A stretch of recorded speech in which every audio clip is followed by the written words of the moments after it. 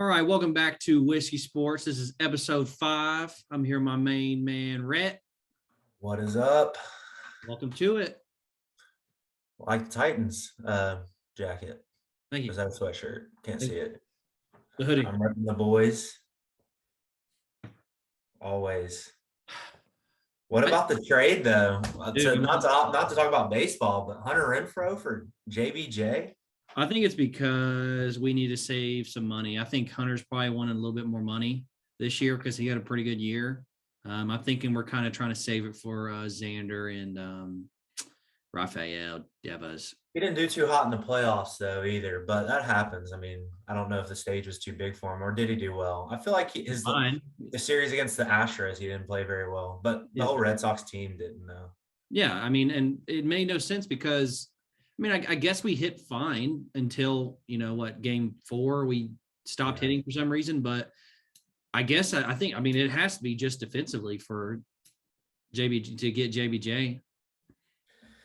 But it's got to be because Hunter's, I know JBJ is really, really strong in the field, but Kiki's in center. So bad offensively, isn't he? I know he's fast, but he's gonna hit 200. But what was Hunter hitting you? 250-ish?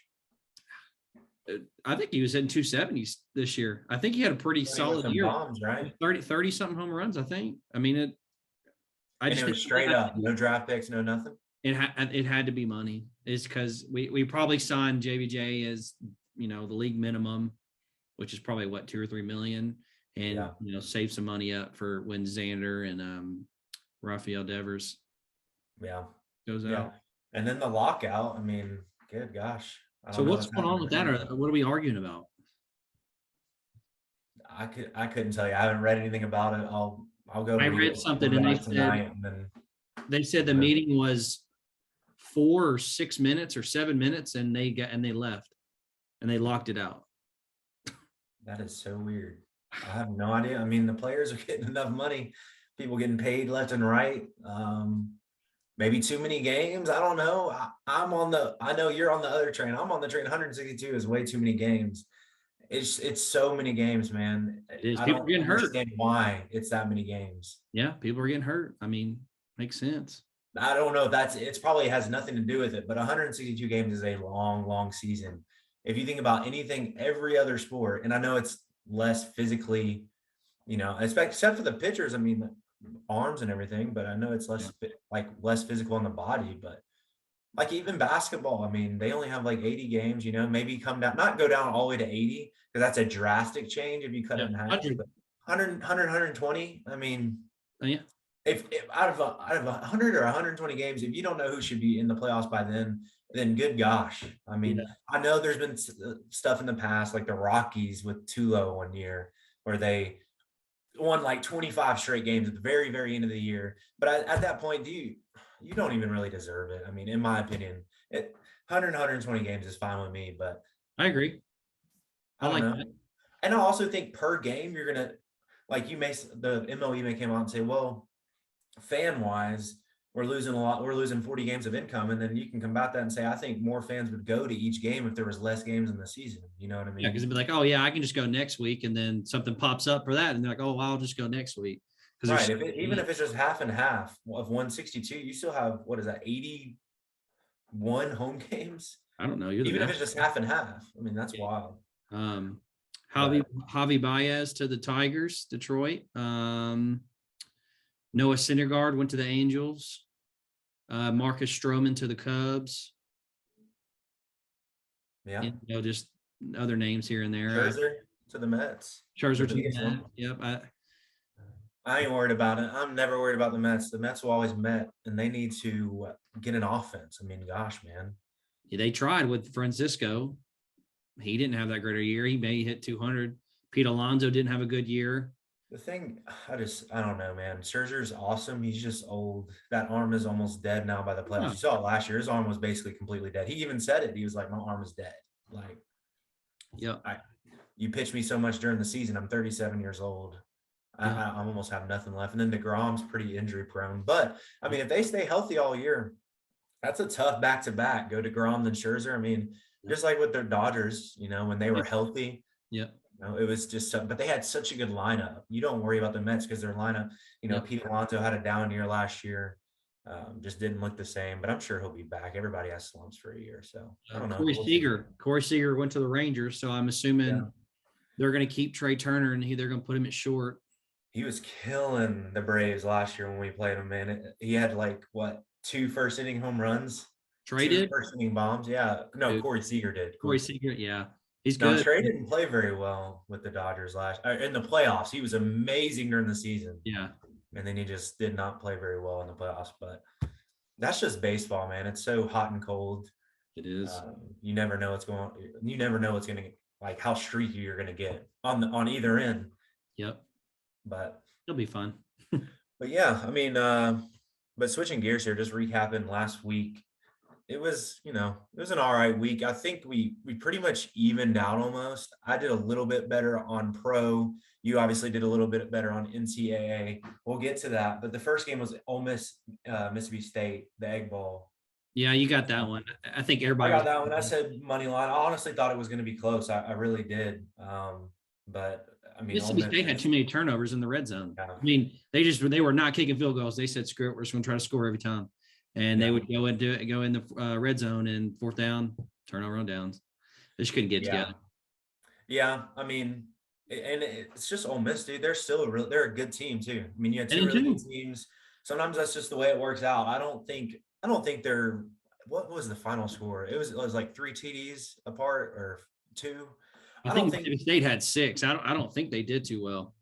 Yeah, I don't think that the score depicted how much better Ole Miss is than them. I still think they're only about a touchdown better than Mississippi State. I just think things got out of hand at the end. But 31-21. Okay. So, and I think Mississippi State scored a couple late. I honestly do think Ole Miss went out to a bigger lead. But yeah, I mean, it was a safe bet for me because I'm always going to go with even though Rodgers, like I said last time, is getting better, I'm always going to go with the better quarterback when I think it's really, really close. Yeah, you had picked Mississippi State. I picked Ole Miss. And then next was Vandy, Tennessee. Weird game. We're 31 points better. It's just. Which I won by 28? I was at the game. No, we won 45-24. So 21. But it was weird. I was at the game and it was like all Vandy was trying to do was cover. So it was like 10 minutes or like late in the third or 10 minutes in the fourth, we were up like 21 or 28 points. And they were still like running it every down. Like we were in prevent and they would still run the football, like running clock out, trying to get it down the field in prevent. And you could tell they were trying to cover and they did. But I mean, it was an easy win. Like, how lucky was that Hail Mary? Oh, and that was part of the reason. I mean, we were what was it, 24? It would have been 24-0.5. All you need is a touchdown more to start covering. But I'm pretty sure didn't they throw a Hail Mary earlier this year too? I'm pretty sure that was their second Hail Mary. I don't really know. I'm pretty sure it was though. But yeah, it was so lucky. But he didn't even really make it to the goal line. The dude had to catch it and fall into the end zone. I didn't see it, but Parker was pretty hype about it. I understand it's a Hail Mary, it's cool, but I just don't understand if you're a Vandy fan, how you can be excited if that's what you have to do to score, to make the score 24-7. I know they need anything they can get. They need any of the excitement, but yeah, I mean, a weird game. We both had Tennessee minus 31. I did say it was a lot of points, but at the end of the day, we're 31 points better. It just didn't work out that way, Yeah. Next game was Auburn, Alabama. Your boys played good. Man, hey, your boys were right there. Man, shout out. We looked like shit on offense. Expected. We were bad. We were really bad. He was playing on one foot. He was. Run out there. He got hurt later in the third. I mean, it wasn't all game. We had multiple opportunities, but I mean, you see, Mike Bobo got fired for a reason. So, I mean, we didn't score in 6 quarters this year. There's a crazy stat out right now that in the second half, I don't know if it was in this month of December or if it was the past 5 or 6 games, which would still technically be the month of December. We only scored 15 total points in the second half combined in 5-6 games or the month of November. We were up 28-3 against Mississippi State, blew that lead. We scored one touchdown. that was our one touchdown in the second half. Didn't score any points. No touchdowns against Ole Miss. I don't think we scored in the second half against South Carolina. I mean, there had to be something to be done, and I think exactly what happened should have happened was Bobo getting fired. But it was a great game. Shout out to Auburn defense, 68 total yards in the first half. It was a good way to end the year. Great way to end the year. I can't be too upset. Yeah, no, it was a good game. I think we both at the end of the day picked Bama to cover. All the signs are pointing to it. Y'all just got off a bad loss for South Carolina. Yep. I think everybody in the country had Alabama. I don't know about covering because even we were talking about it in there is we were like it's at Jordan Hare. This isn't. I guess you did say it was going to be a mega beatdown, but we did mention that there was a possibility of a cover, and I said there's no shot in hell of y'all winning. And shoot, that almost happened. I was like, man, the magic always happens up there in Jordan Hare for some reason. But you can just tell, man, Bama's they're not the same team this year. But you can never count them out. You know, they do that. I mean, we're going to get into the Georgia Auburn game later. But you can still never count Nick Saban out. You can't do it. It's Georgia, Alabama. No matter. Yeah. What did I say? Auburn. I wish you were there. Yeah, we can talk about that if you want. But yeah, I mean, I didn't think there was a shot in hell, and I guess there was a shot. Bama still pulled it out. It was a heartbreaker. Yeah.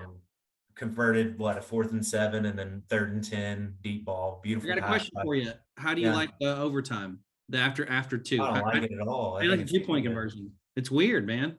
It's dumb, and they're trying to speed up the game. I see that, but what's wrong with the 2-point conversion after you score? You know what I mean? Yeah. I think that's fine, but when you're just doing a 2-yard play, one play, come on, man. I don't like it.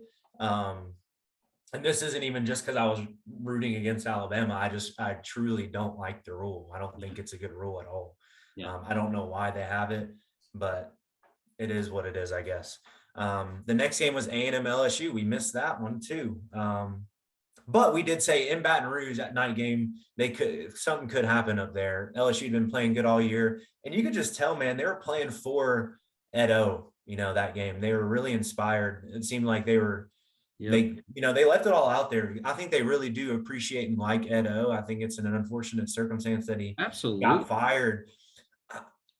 The thing is, I think it deserved it at the time. He deserved to be fired, but yeah, his last 6 weeks they got it together. I mean, they looked really good. Their defense for sure. What a way to finish! It is, and I think someone may take a chance on Ed O. I don't think they should. No. I think he should retire, man. I honestly do. But they played for him those last 6 weeks and really, really battled. Yeah. And they showed it again in A&M. Their offense actually, kind of showed up too. The last second touchdown. Yeah. I mean, there's nothing over. Do you remember what the over-under was? 45? It was 27-24. I called the over. Oh, so you got the over. Hey, I remember that. Yeah. I called the over. Yeah, I have it right here. I mentioned that they could end up pulling off the upset, and you mentioned that you like the over. You did call that, so that was good. That was a good bet. And then the big game of the week, I said you were going to look silly. I had no faith in Michigan whatsoever.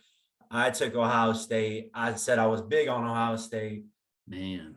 But I was rooting for Michigan for sure. I wanted them to pull off the upset, but I looked silly. You said money line, and they did it. I've been saying Michigan was the best team in the Big Ten since they got beat by Michigan State. Yeah. That game right there, they absolutely dominated but they dominated on both sides of the ball. Offensive line. Yep. I mean, absolutely demolished them. Ohio State had no chance. They were flustered. I think 100% that the better team won. And this is a hot take, but I think Michigan's probably the only team that can come close to beat Georgia this year. Okay. Now, let me ask you this, and this is no excuse for Ohio State. I honestly don't really care. In my opinion, because I didn't know, I had no idea what the weather was going to be. And I think Michigan's style, running the football, playing good defense versus Ohio State style, which was throwing pretty good on the defensive side of the ball, but not necessarily in the trenches. I think a snowy game, like really, really cold, snowy game like that always benefits the people that run the football well and play real good defense and have two good defense and offensive line. And I think that really did help Michigan as That's well. exactly what happened. I honestly think, and I do, maybe if you put them on a neutral field, sunny outside, 70, I'm still probably going to go with Ohio State. I may be completely wrong because they did dominate the line of scrimmage, but those snowy games, man, they're always going to benefit the teams that can dominate the line of scrimmage. And there were some drops too Ohio State had. I mean, and I don't blame them. Hell, it's cold. It's cold. It's snowing. You can't catch football consistently doing that. I mean, and it's been cold in Ohio. Don't get me wrong, but I think Michigan came to play. Yeah, they did. They hit him in the mouth. Again, that wasn't me making an excuse. I would have, even if I knew it was snowing, I would have still picked Ohio State. That's how big I was on them. So, but still, it was crazy. Now, I did say, I even have it written down here. I said in the first quarter, if Stroud comes out and he does not look that great, I said I could see Michigan, putting the pressure on him, and they did. I mean, he's a rhythm guy, man. If he doesn't look that great in the first quarter, he's not going to look great the rest of the game. He just really isn't. That's how he plays. He needs to get hot early, and he didn't. But I'll tell you this, Pamela's dad is never going to go to another Michigan-Ohio State game at Michigan. You did say that. I think he's done. I heard he was done going to those games in Michigan. So I think now the record's 0-3 for him going to Michigan when Ohio State plays him. Yeah. So next time he goes to one, text me and I'll write on Michigan. Yeah, right. But yeah, big win for them. They jumped all the way up to 2. I think it's deserved. I really do. Yeah. Beating Georgia at their own game, that's a different thing, man. They're not going to overpower Georgia's defensive line like they did Ohio State. In my opinion, the teams who have to beat Georgia is the team that's going to be opposite of Georgia. They may get dominated up front, but people need to be able to pass on them, man. It's just going to be so hard to run against that D line, because of how good they are. But the next was Penn State, Michigan State. I got you there. I said Michigan was going to win outright. They were dogs in the game, even though at home and ranked. They were actually dogs to Penn State. But you took Penn State. Penn State didn't have a chance. What's that? Penn State didn't have a chance, did they? No, they played good. I think it was only 30-27 or something. Oh, that's not bad. Okay, I thought it was a blowout. I think it was like 30-20 at one point. They scored late, and then they may have had a chance again later in the game. But I took Michigan State, but we both mentioned we just don't think they're two very good teams at all. No. But I just said, hey, Michigan State at home, they'll probably pull it out because they're at home, and that's really what ended up happening. And they play pretty well at home usually, so got you there. And then Oklahoma State versus Oklahoma, I also got you there.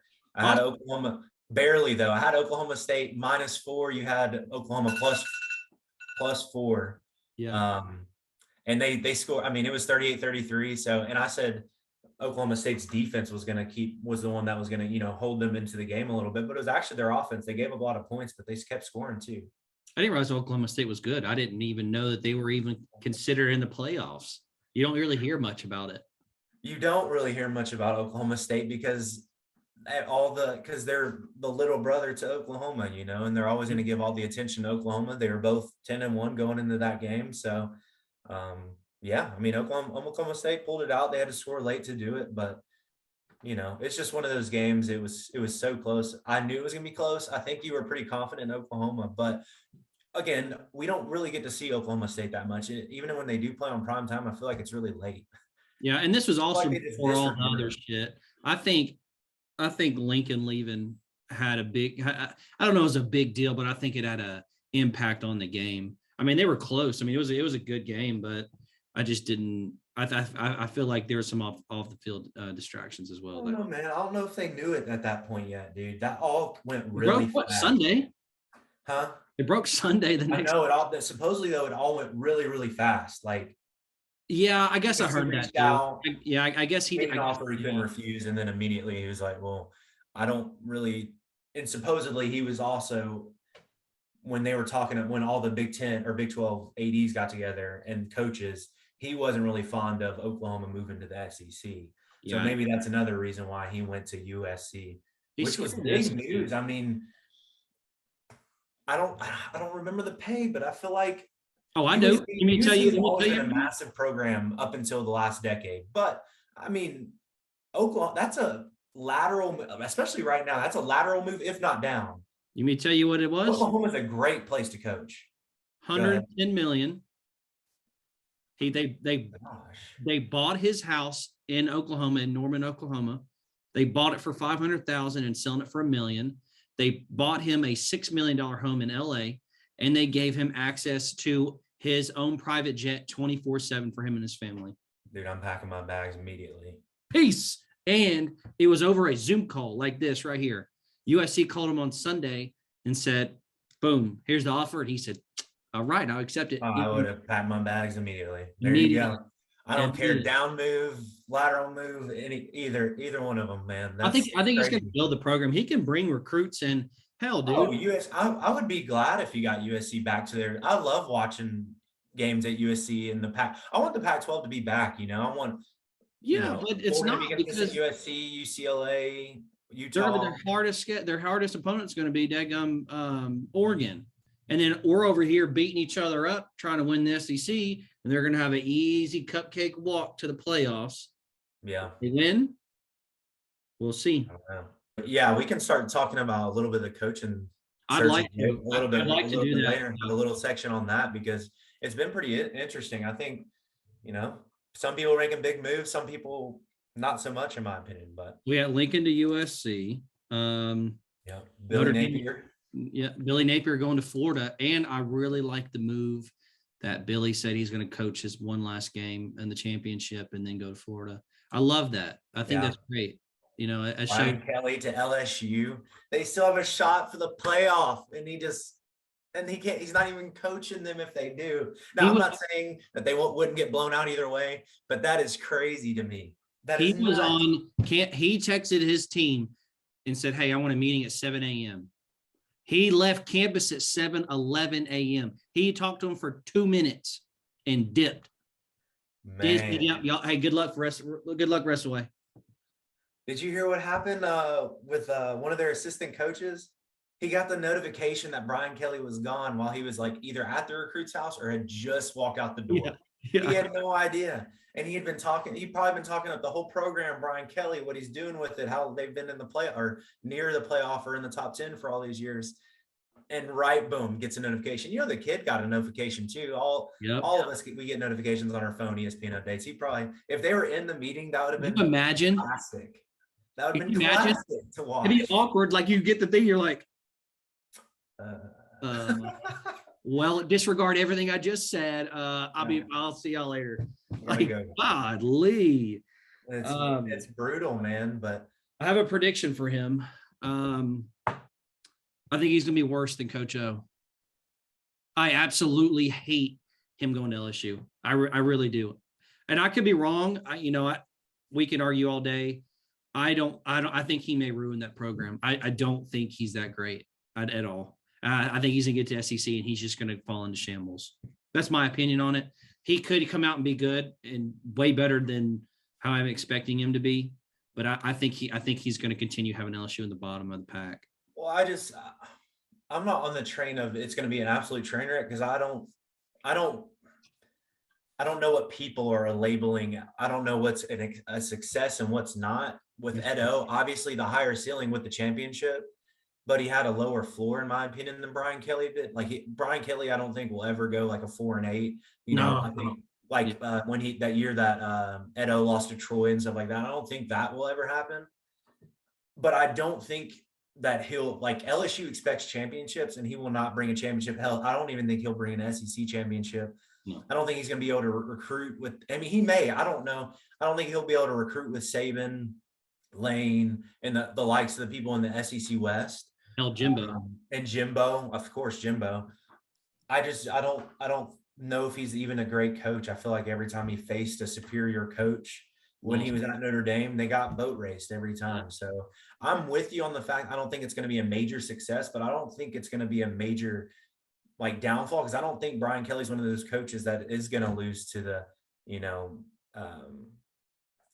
whole West is loaded now. I was trying to name an example, and it's you have Arkansas is good now. Mississippi State looks good. Bro, I was listening to the other day on the radio. Oh my gosh. This is the best time ever. And I think in the history of the SEC, this is the strongest SEC has ever been coaching wise. You have Lane Kiffin, Jimbo Fisher, Nick Saban, Mike Leach, I guess Brian Kelly now, Kirby Smart, Billy Napier.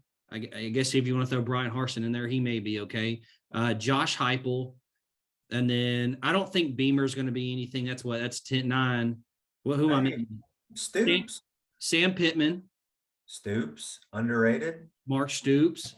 I mean, dude, phenomenal coaching right now in the SEC. I still think he will consistently veer around 7-5-ish and 8-4-ish. I don't know if maybe he has a year or two that's 9-3.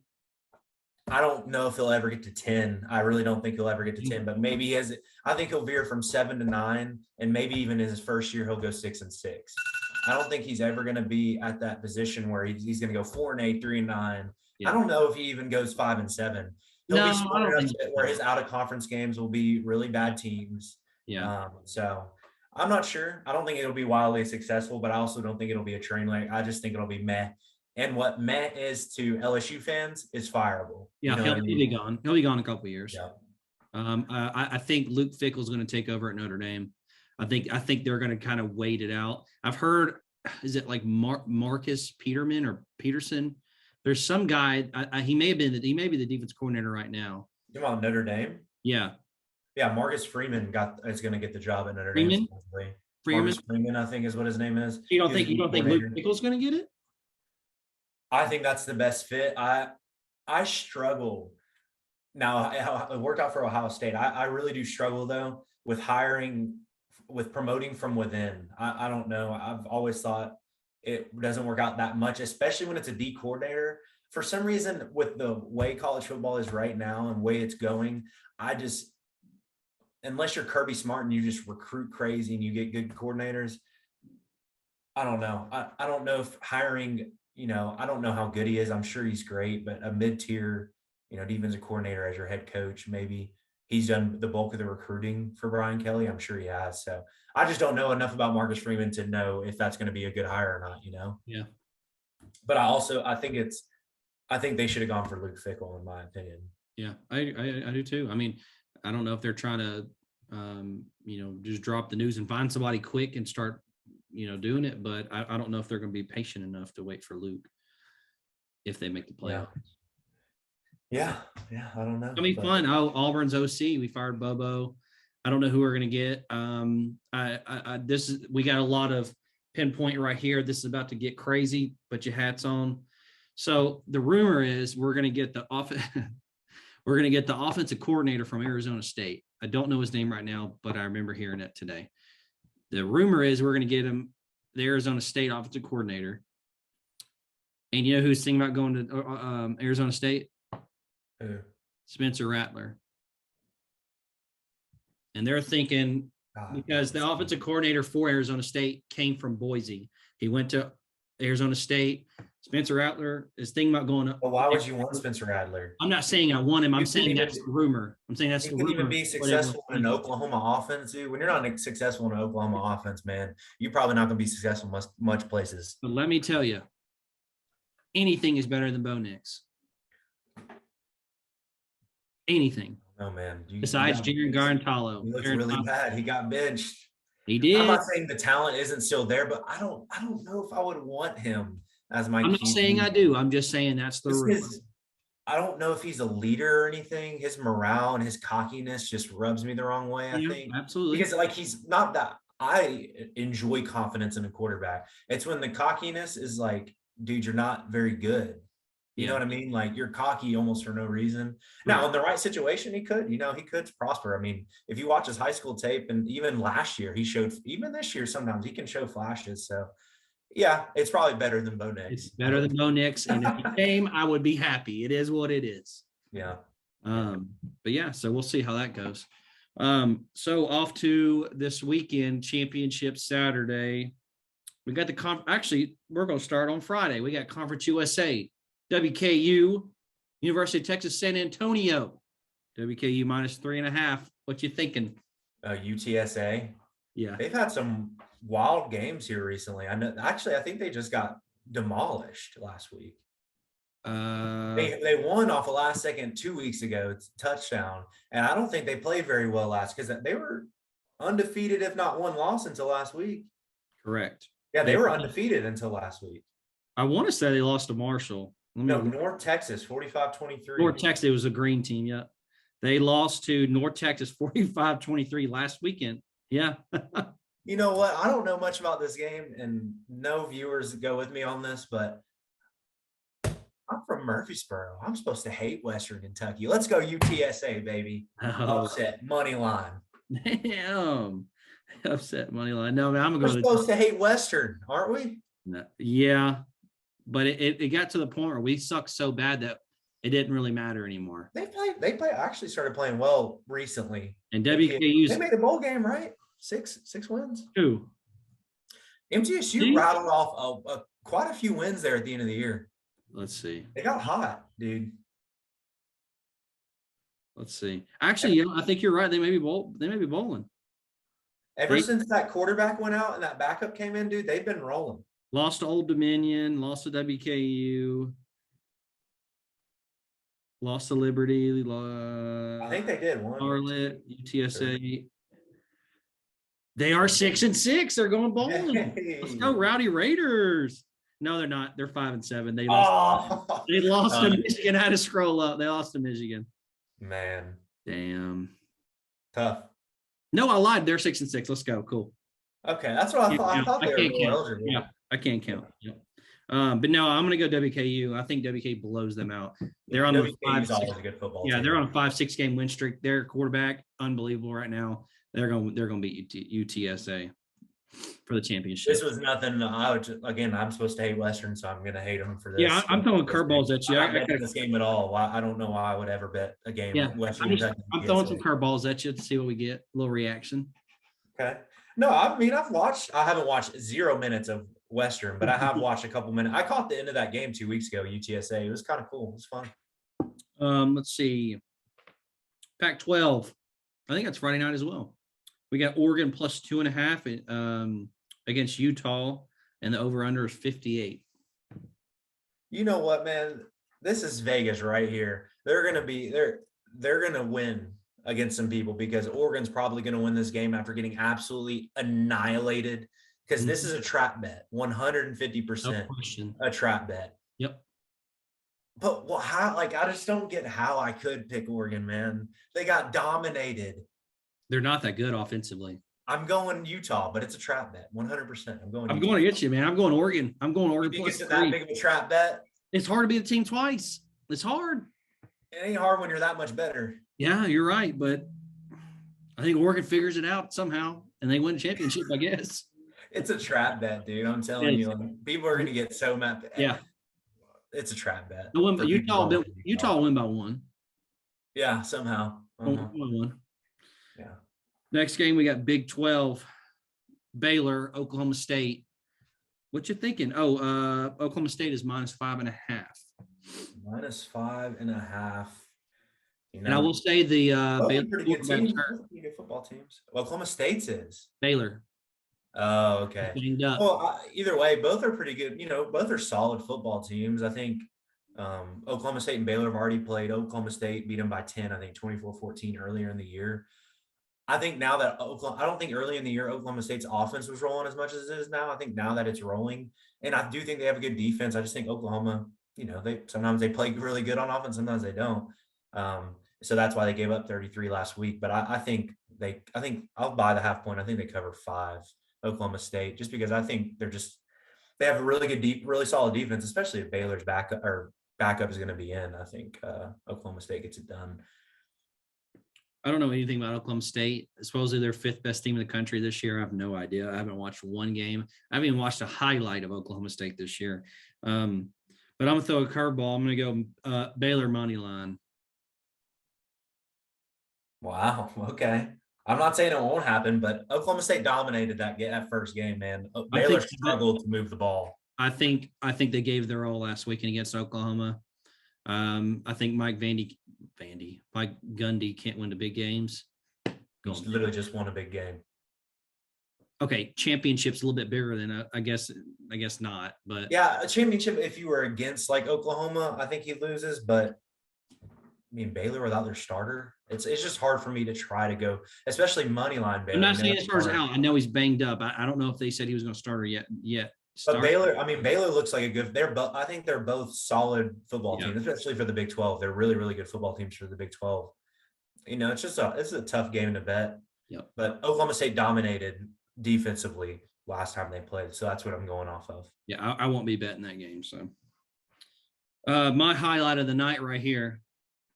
We're going to go all the way to the American. Houston, Cincy. Houston plus 10.5. Cincinnati minus 10.5.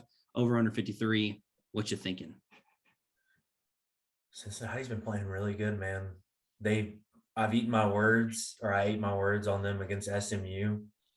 Houston's also hot, dude, and they can score the football. I said that last time about against SMU, and Cincinnati literally held them like 7 points.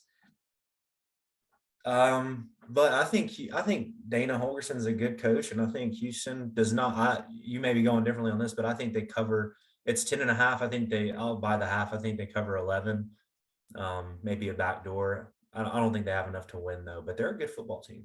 I think it's a close game. I think the best bet on this paper is Houston and Cincinnati under 53. I think it's going to be a defensive game. Supposedly Cincinnati or Houston has better stats than Cincinnati's defense. And I think Houston's a little hot right now. I don't think they played in the year. If they did, obviously Cincinnati won, but I'm going to go Houston plus 11 for sure. I think money line plus 310 is a little hard to say because, Cincinnati can win by a game-winning field goal, some stupid shit like that. But I think it's going to be a lot closer than what people think it is, and I don't think they cover 10.5, 11.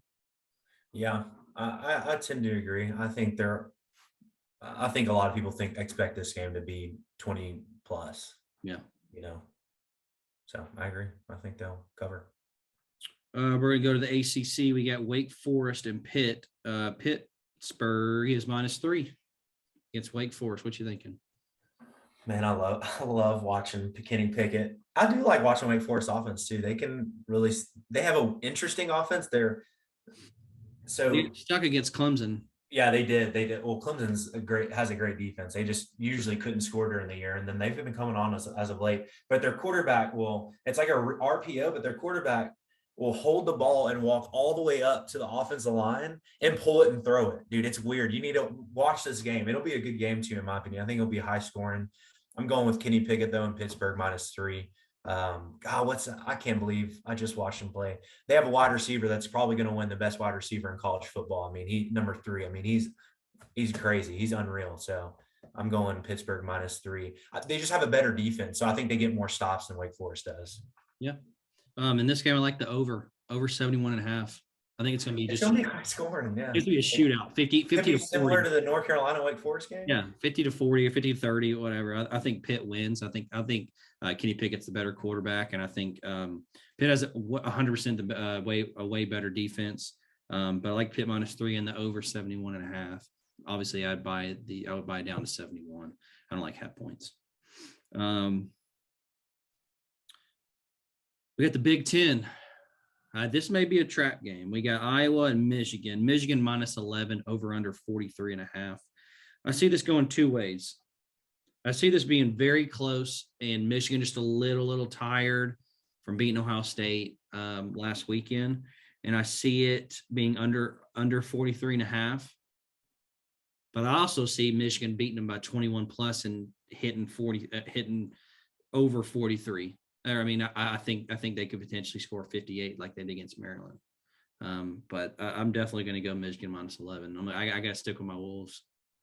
I don't think they can score 58 on Iowa's defense. That's about the only thing great about Iowa is their defense. They play solid defense. I think it's low scoring at first. I mean, they dominated the line of scrimmage Michigan did against Ohio State. I think the line of scrimmage is a little bit better in Iowa. They have similar styles. They both like to run the football. I think it's a little bit of not a letdown game. They're going to win this football game, but I think they win by 10 points. I think Iowa can cover, and I'm probably going to eat my words. Michigan, this is not me saying Michigan is about, I am bought in now. They're a great football team. Do they have enough to beat Georgia? I don't think so. But they're a great football team. I have a feeling that Iowa's going to cover, and I'm going to go with that feeling plus 11. Ooh, I like it. Nice. All right. And the big one everyone's going to be watching, the SEC championship, Alabama, Georgia -6, over under is 49. What are you thinking? Are you going to that game? It's in Atlanta, right? I'm not going to that game. Why would I pay for tickets? I don't even like either team. I didn't know if you could get some free tickets. I bet it's going to be a really good game. Yeah. I mean, I think people are going to be all over Georgia -6, man. Auburn that defense dominated Alabama, and you're going to take it up 40 notches to Georgia's defense. It's just a touchdown. Nick's going to do some weird stuff on defense. I think he's going to cause Stetson problems, though. Yeah. Because although I do want to believe Stetson can take Georgia to the championship, because Stetson, he's a walk-on, or he was a walk-on. Everything, it's like a Cinderella story, right? The walk-on comes in and doesn't lose games, just really is really good game manager. I think it's a trap bet for people betting Georgia. It is. Nick Saban has Kirby's number, and I'm going to look like a fool because they've looked bad all year, and Georgia's defense is going to come out and probably dominate this game. But I just have a feeling, I'm not going to say as far as money line, but I think Bama covers +6. I think it's like a field goal type game because I just can't go against Nick Saban like that in big games like this, especially when he has Kirby's number. And I think he's going to show some weird things on defense to get – dude, you never know. Maybe they were overlooking you guys, preparing for Georgia because they had already locked it in, I'm pretty sure, once. Yeah. No, because A&M, because if A&M beat LSU and they lost, I think. Well, before the game, they already, before the day started, Alabama was already locked in with Georgia. I think it mattered last weekend. Something happened last weekend. Somebody had to beat somebody, and then somebody had to win. It was confusing, but no, they locked it in. So to start the game, or to start the championship, the line was -4. Alabama came out and shit the bed against Auburn, and it went all the way up to 6. Gotcha. Okay. That's right, because Ole Miss beat there was a 3. Ole Miss beat A&M beat Bama, and Bama beat Ole Miss. So that's why there was that little weird tie, and that's why they had already clinched it. I got it. That makes sense. I think Bama covers because it's Nick Saban, man. I don't know. Yeah, I kind of ran my mouth a little bit earlier about how Michigan is going to be the only team to beat Georgia, and I forgot about this game, but I think Alabama wins. Okay. I like Alabama money line +174. I'm gonna sprinkle it. I'm betting Alabama money line, no question. Nick Saban doesn't lose to his assistants often. The only reason why he lost to Texas A&M, because I think this stat could be wrong, but I want to say that Texas A&M had about 14 points or so off special teams only. It was at home. I'm sorry, it was at home for A&M. This is a neutral site. Nick Saban's been there plenty of times.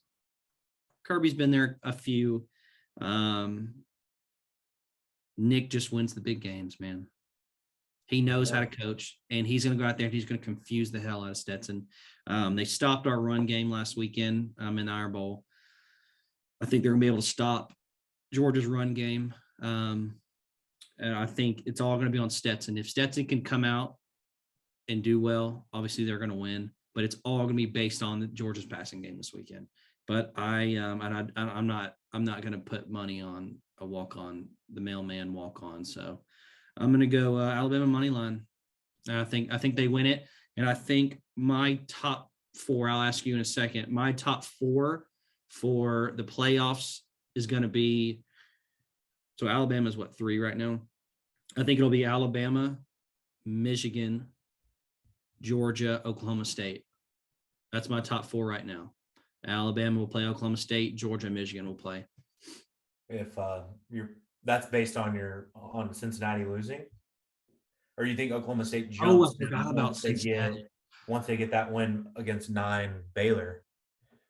Oh, I At that forgot point, about that. Cincinnati's only top 10 win would be Notre Dame, whereas Oklahoma State would have 2 top 10 wins. Yeah, I'm sorry. I don't know why I said Oklahoma State. But You're I right. still think Cincinnati, they Cincinnati's leave in. there. Cincinnati's in no matter what. Be. They have to give 'em a chance. It is what it is. I'm sorry. So let me back up. Alabama, Michigan, Georgia, Cincinnati will be my top 4. You know what's going to be crazy? What if like, okay, Georgia just goes ahead and beats Bama. Okay. Iowa somehow upsets Michigan. Houston upsets Cincinnati. Baylor upsets Oklahoma State. Then what happens? What if it's just a day of upsets? Well, I'll tell you this. Notre Dame's getting in. Yeah, but they're not going to have Brian Kelly. They said that they're going to put that in a huge consideration of not putting them in the playoffs because their coach is not there. Wow. So imagine that, and then Notre Dame not getting in. No, I don't like that at all. Would Brian come back? None of that's probably going to happen, but you're basically punishing the players because of what the decision of the coach. That's BS to me. That's bullshit. The committee came out and said that it is a huge factor with their head coach leaving and not being there. Man, that's bullshit. But it's not going to happen. But it would be, in my opinion. That would be less if Notre Dame makes it, but I think you never. I just don't think you put that on the kids. No, that's Brian Kelly's decision. That's not their fault. Didn't happen. All right, what's your top 4 playoffs? Cincinnati gets it done. They're at 4. No, Cincinnati gets it done. They're at 3.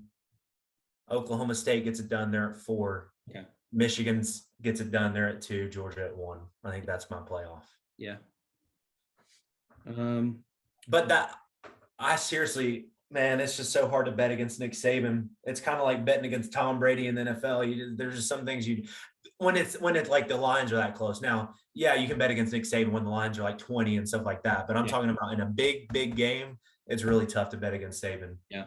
And I think a big key factor is that the targeting call for it's Jay Williams. It's not Jalen.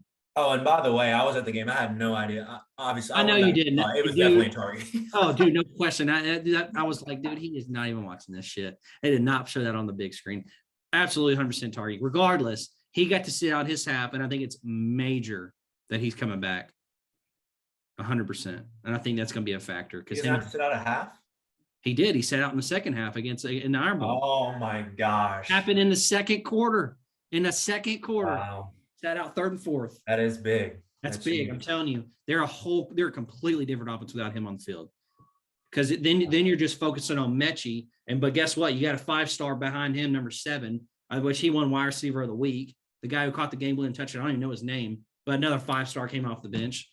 Go figure. Anyways, yeah. So, but yeah, no, regardless, it doesn't matter. But that was pretty good college football slate. I'm excited for this weekend. Yeah, it's gonna be fun. We didn't even really recap NFL or anything. We can breeze through the recap if we want to. Just breeze through it, see what we had and everything. What'd you have? Or what'd we have? I'm sorry. We didn't recap NFL. Oh, we had the boys. You went with them against the Raiders. I went with them too. Of course, they just didn't win somehow. Raiders, I don't know. I don't know how that happened. Saints, Bills, we both had Bills. Bills dominated. Pats, Titans, you had Pats. I had Titans. It's a cover.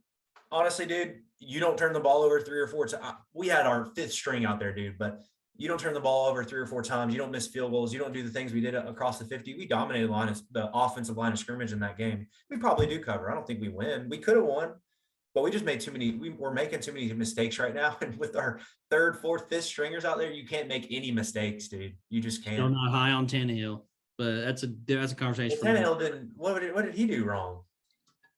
He's not the same quarterback without Derrick Henry. And I know that's obvious, but 13 touchdowns, 13 interceptions. Come on, man. When Julio Jones and Antonio or AJ Brown haven't been on the field, Aaron Rodgers and Tom Brady aren't having these damn problems. Pat Mahomes ain't having these problems. He's not Aaron Rodgers and he's not their wide receivers are out. Aaron Rodgers and Tom Brady. Tom Brady didn't flop versus the Redskins. You have to put him up there. Tom Brady didn't throw 3 or 4 picks against the Redskins. I'm not okay. Tom Brady. It happens. Tom Brady's 44. What do you mean it happens? He has 13 touchdowns, 13 interceptions, maybe 14 interceptions. Tom Brady has Antonio, or now he does, or this. No, I know. But I'm just saying, you want to put him up in the great. I mean, I don't put him up in the great. He doesn't need to be great when you're healthy. agreed, but You he run needs you to step okay. up. You run Tom Brady out there, and he doesn't have Chris Godwin. He doesn't have Mike You put Evans. Tom Brady on the Titans, and we are winning the Super Bowl, no question. We're undefeated, dude. 100%. With our injuries, oh, that's the most false thing I've ever heard. We should have got Tom Brady when we could have. We should have got him. Dude, I'll never forget that. We should have got Tom probably Brady. have the same amount of losses this year. Do He- you not understand our roster situation? I understand our roster situation. I This just year, this team, we're undefeated with Tom Brady. no. I'm talking about There's literally no way. There's literally no way. maybe not undefeated. We're down to our 4-string running back. But We're down to we have a our better chance of winning wide the Super Bowl. receiver. We have a better chance of winning the Super Bowl. I'm not saying we wouldn't, but we wouldn't have been on it. We The wouldn't time have is Julio now. Jones. Time is now. We wouldn't have Julio Jones. We would not have him. We would have to pay Tom Brady 40, 45, 50 million. We would not have Julio Jones. Is that what he's making Tampa Bay?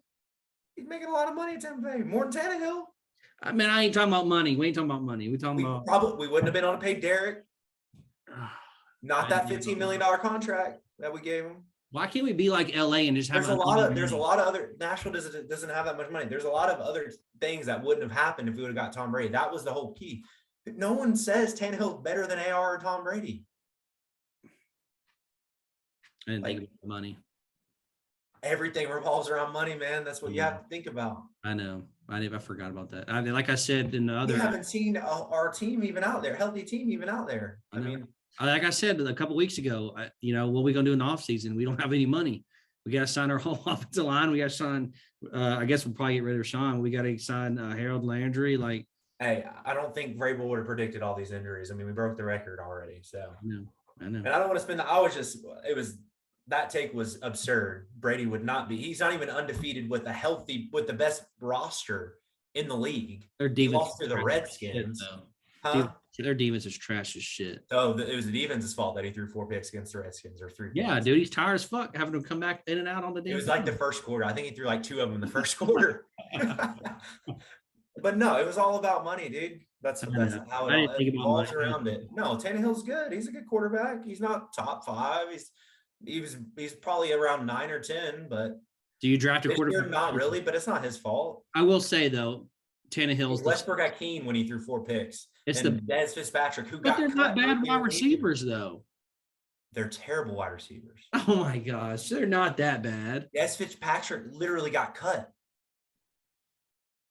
I didn't even know we got him. I'm talking about number 15 and Berkshire.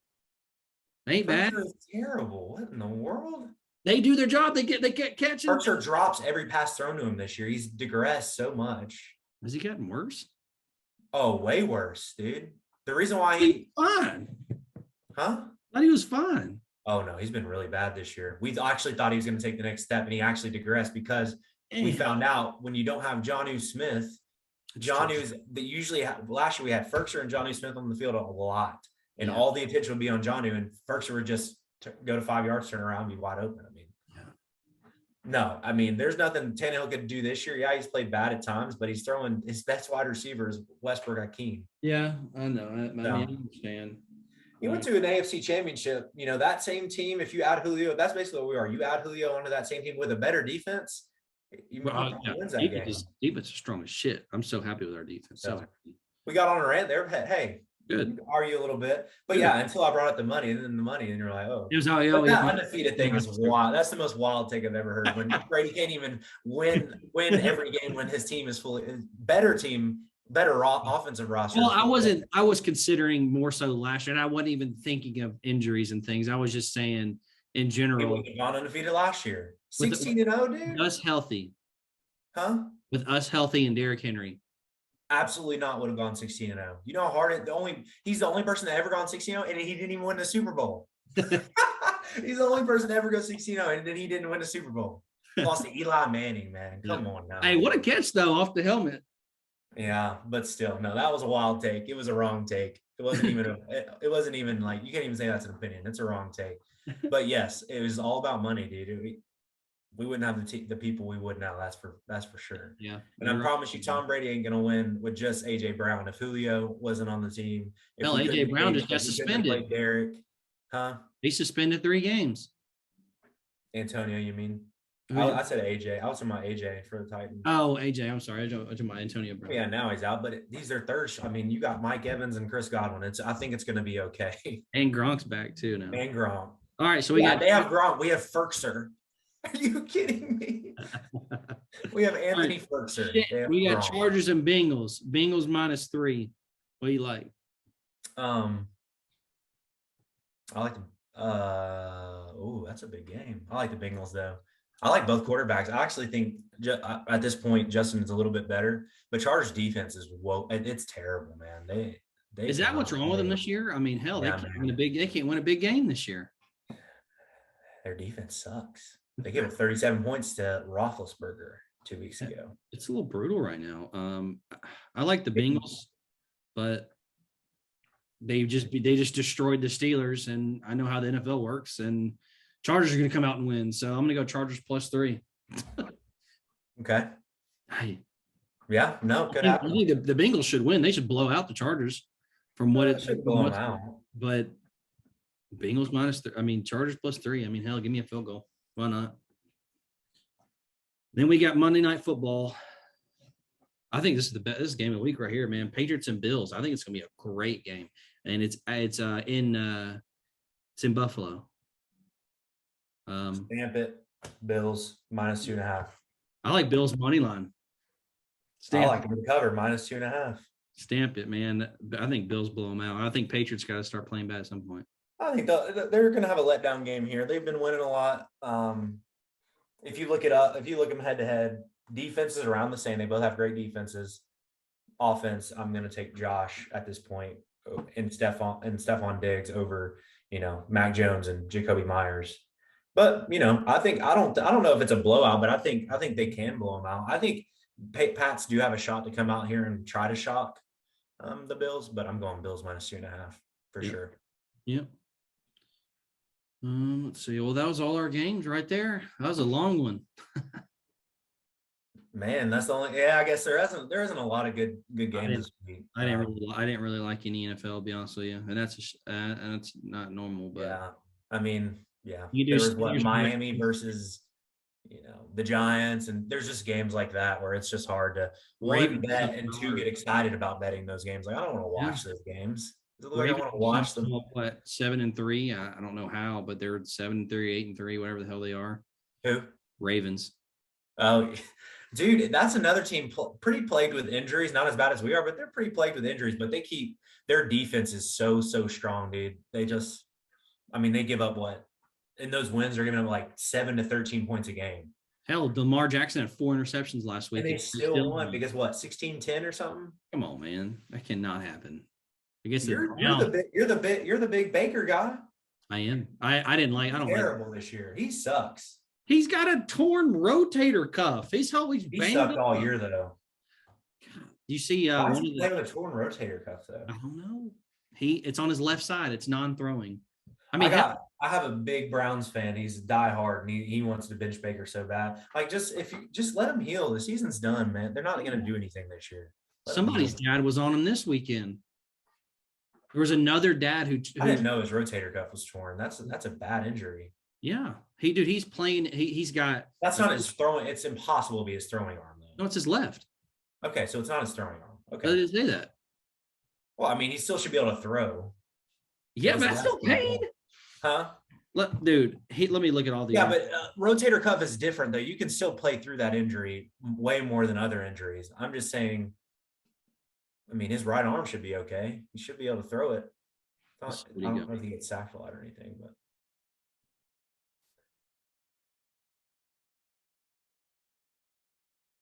All right, so Mayfield suffered a knee. Dude, listen to this shit. So as you can tell, there were several injuries. He didn't practice Wednesday, blah, blah, blah. He has a knee contusion. He was helped off the field where an x-ray showed no structural damage. Let's see. Come on. Torn left labrum and a shoulder fracture. And then he's also dealing with the foot injury that he had against New England. The dude is absolutely banged up and not going out there and trying to do it the best he can. And everyone's just shitting on him. Because he honestly just isn't that good, though. Healthy or not. Chubb is the ringleader. I mean, he's not consistent. Yeah. I mean, we had a couple more games. I think we went with the Colts versus Bucks. Forgot about that game. Is that this Colts? That was last week. We just never really got. We keep getting in these side conversations, which is good. We keep getting these side conversations though. But Colts Bucks. We said it. I mean, I said it's just hard to go against Tom Brady. The Colts are a good football team though. They were up 10.5, 24-14. Carson balled out, man. Carson, hey, the longer the season goes, the more that run JT, has gone. They're just loading the box now. Now Carson's just taking what he can, and it's out there because JT is the only one getting game planned on. But at the end of the day, Tom Brady had the ball to go win it, and he did. I mean, I kind of thought that's how the game was going to go. It was just going to come down to, one of the last possessions. I'm going to take Tom Brady in a one possession game more times than not. Steelers versus Bengals. We both had Bucks in that game. Steelers, Bengals. We both had Bengals. Easy money. I mean, blowout. Just an annihilation there. Big Ben needs to go. If you don't talk about somebody needs to go, Big Ben needs to go. Yeah, he's got to. He's a Hall of Famer and everything, but he needs to go. He's done. Yeah, he's done. But that was it on that portion of it. But is there any?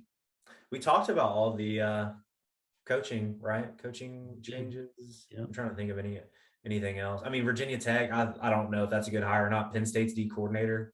I saw that. Virginia Tech's defense isn't even that solid, so we'll see how that goes. I don't like the hire. I don't know much about the hire, but I don't know, man. I just think it's so hard if you're Virginia Tech. You got so many blue bloods of football out there searching for the coach. Maybe they just did what they could. I think so. I mean, Oklahoma, LSU, Florida, Notre Dame, all these people searching for USC. All these people were searching for coaches. They had no shot. It's the wrong time. And Justin Fuente, right? Yeah, they fired him. Old Memphis coach. Realistically, can you hang on one more year? Let everyone find their home, and then wait one more year and fire him? I mean, he didn't have that bad of a year, did he? He's a pretty solid coach. I think they may have gotten barely bowl eligible, but he had a pretty bad year. Yeah. Hey, you're bowl eligible. Yeah, but I mean, Tech bowl eligible, and you beat Virginia. Your in-state rivals. Well, but Virginia Tech has still been a solid program for a long time. They're not, like I said, they're not a blue blood, but they've had two coaches. I mean, they had two coaches for 50 years. Yes, they went six. Only two coaches, and they've. They're a good program, and just because you beat Virginia, beating Virginia there is like us beating Vanderbilt. They don't care. They care about it because it's an in-state rival, but they feel like they should beat Virginia. Yeah, Virginia's been better as of late, and I think Virginia's gotten them more times than not as of late. But, yeah, they had a big win though against North Carolina to start the year. I mean, yeah, but North Carolina was meh. But still, though, like it's a big game. Number 10 in the nation, come out and beat them. Game one. Yeah, but they had bad losses, I mean, they got blown out in a couple games that they shouldn't have, and I don't remember the exact games, but I'm excited for transport. I'm excited for the end here of college football.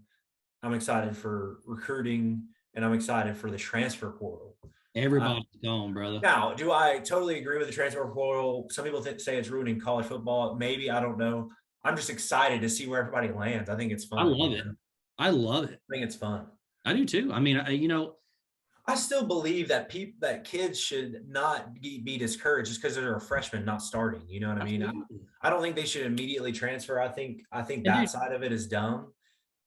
I think you can really learn a system and learn inside of a program, and maybe even just start sophomore and junior year. So I think that side of it dumb. But from an entertainment aspect, I love it. And you can't tell me coaches don't lie, man. You can, dude. I mean, I know I played baseball, but like I'm nowhere compared to these guys. But I mean, dude, you get to a place and it's like, I don't like the way he coaches. I don't like the way he coaches. I don't like the system. I don't like this. I don't like that. I don't like ended up not liking the facilities as much. You know what I'm saying? Like, Yeah. and it's a big factor. It's a hard decision for an 18-year-old. So I like you get one chance to go to pick a new beginning. I really like it. I'm glad they did that. And you don't have to go and then sit out a year. I think that was the dumbest shit in the world. Why are you making these kids suffer and sit out a whole year and not play football, and they're healthy and able to play, you know? Yeah. So I really like it. I really do. Yeah. Well, to end the stream here, I'm going to give you one question, and then I'm going to shut my case or shut my laptop, because if the answer comes out that I don't want to hear, I'm going to be upset. And this comes from your thing earlier. Baker Mayfield or Ryan Tannehill? I mean, this isn't close by statistics. I mean, not close.